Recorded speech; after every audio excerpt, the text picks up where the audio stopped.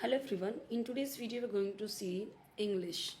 So in this video we're going to see explanation of it, grammar, rules, regulations, okay, pronunciation, correct reading, everything we are going to see in one video.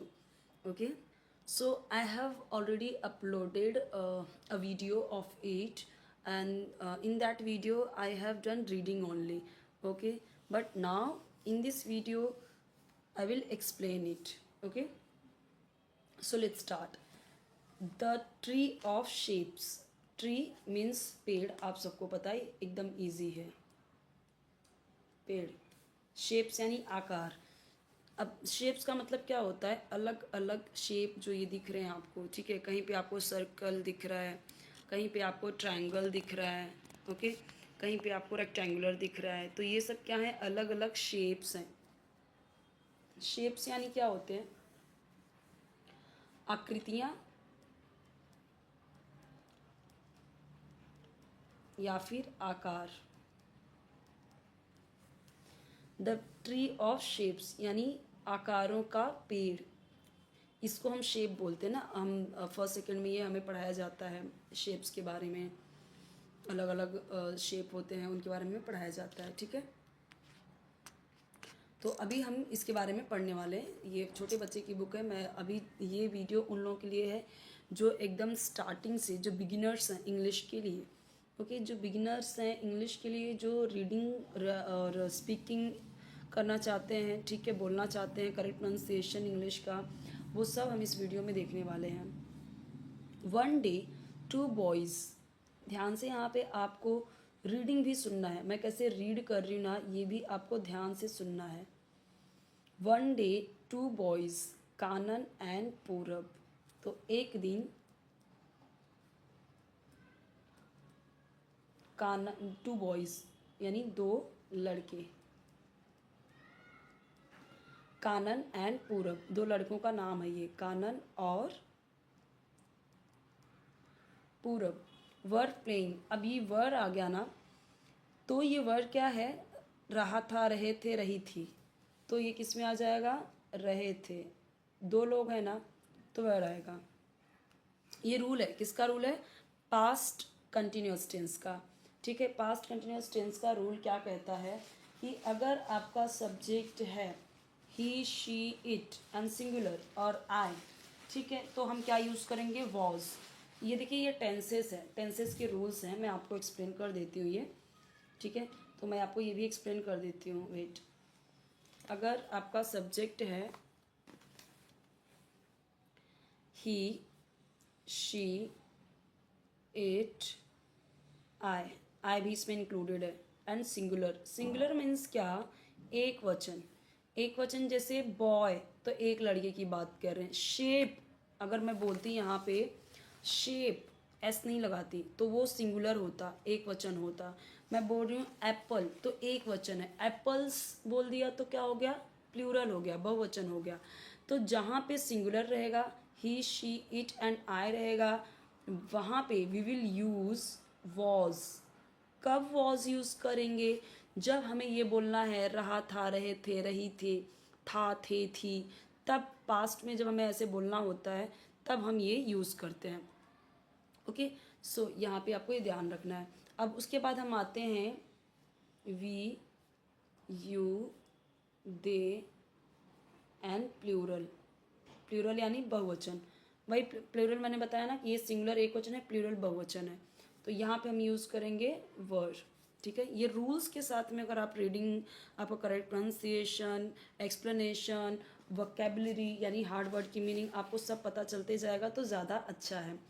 इसके साथ हम और क्या follow करते हैं rule को? ING add करते हैं, ठीक है. तो आईएनजी ऐड हुआ ना यहाँ पे. प्ले होता है ना, प्ले यानी खेलना, तो हमने उसमें क्या ऐड किया? I N G, playing. So Kanan and Purab were playing. Where in the park. तो एक दिन दो लड़के कानन और पूरब पार्क में खेल रहे थे. तो प्लेइंग का यहाँ प्ले का हो गया खेल, और आईएनजी है और वेर यूज़ है, तो हमें समझ में आ गया कि हम कब की बात कर रहे हैं? पास्ट कंटिन्यूस की बात कर रहे हैं जो बीत गया है. जस्ट देन, तभी, जस्ट देन का मतलब होता है क्या, तुरंत, तभी। They saw a big tree, they saw, they मतलब दो लोग हैं तो दे हो गया। अगर एक ही बंदा होता, एक ही बच्चा होता तो हम लिखते हैं यहाँ पे ही सॉ। तो दे मतलब उन्होंने या वे, इसका मतलब होता है उन्होंने देखा, सॉ यानी देखा। अब यहाँ पे देखिए ये सी है, सी का सेकेंड फॉर्म यूज हुआ है। तो 3 फॉर्म्स होते हैं हमेशा आपके क्रिया के, वर्ब के, सी, सॉ, सीन, ये होगा ऐसे। सी हो गया आपका फर्स्ट फॉर्म में। सॉ यूज़ हम करते हैं कब, हमेशा हम यूज़ करते हैं पास्ट में, ठीक है। हम पास्ट में सिंपल पास्ट में हम यूज़ करते हैं सॉ का, यानी पास्ट इंडिफिनिट टेंस में। तो दे सॉ उन्होंने देखा एक बड़ा ट्री, यानी एक, बिग यानी बड़ा, ट्री यानी पेड़, बिग यानी बड़ा। बट लेकिन there were no flowers and no fruits on it, लेकिन, बट यानी लेकिन, यहाँ पे वर यूज हुआ, तो वही था, थे, थी। वर, नो यानी नहीं, फ्लावर्स यानी फूल, एक फ्लावर की बात नहीं कर रहे, बहुत सारे फ्लावर्स, तो इसीलिए एस है। एंड और नो, नो का मतलब यहाँ बताया, नो फ्रूट्स यानी फल, एक फल उगता है क्या पेड़ पे, नहीं, बहुत सारे फ्रूट्स की बात कर रहे हैं, बहुत सारे फ्लावर्स की बात कर रहे हैं, इसलिए यहाँ पे भी और यहाँ पे भी एस ऐड हुआ है, ठीक है। फ्लावर्स, फ्रूट्स दोनों ही प्लूरल है, इसीलिए वेर यूज हुआ है, वर। तो मैंने आपको बताया ही था कि जब वी यू दे प्लूरल रहे तो प्लूरल यहाँ पे मिल रहा है हमें, flowers and fruits, that's why used were, ठीक है। These don't like look like fruits, these don't look like fruits मतलब ये, दीज का मतलब ये, डोंट लुक नहीं दिखते,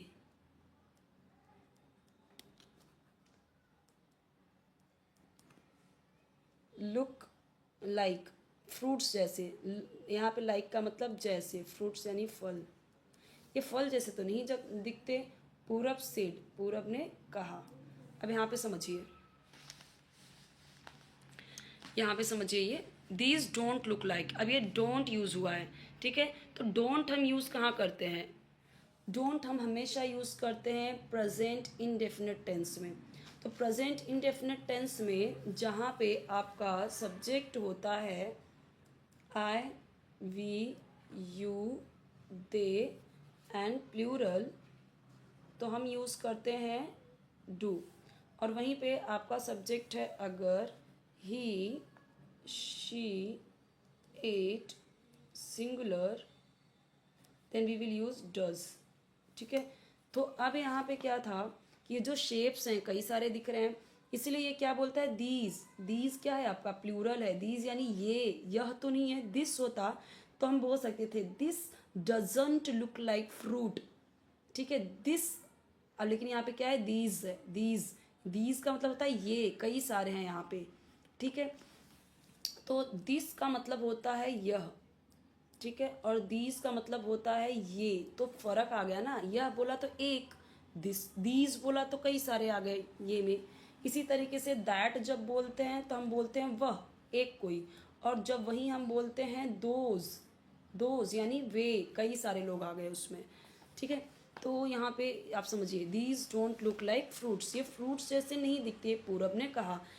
आपने देखा सिर्फ ये 3 लाइन में हमें कितने सारे ग्रामर मिले, ग्रामर के रूल्स मिले, नॉट ग्रामर, ग्रामर के रूल्स मिले। हमने पास्ट कंटिन्यूस देखा, हमने प्रेजेंट इंडेफिनिट देखा, प्रेजेंट इंडेफिनिट टेंस का हमने नेगेटिव देखा, नेगेटिव आएगा तो डू डज लगेगा, नेगेटिव नहीं आएगा तो वर्ब में एस या एस ऐड होते हैं, उसके भी बहुत सारे एग्जांपल्स आएंगे।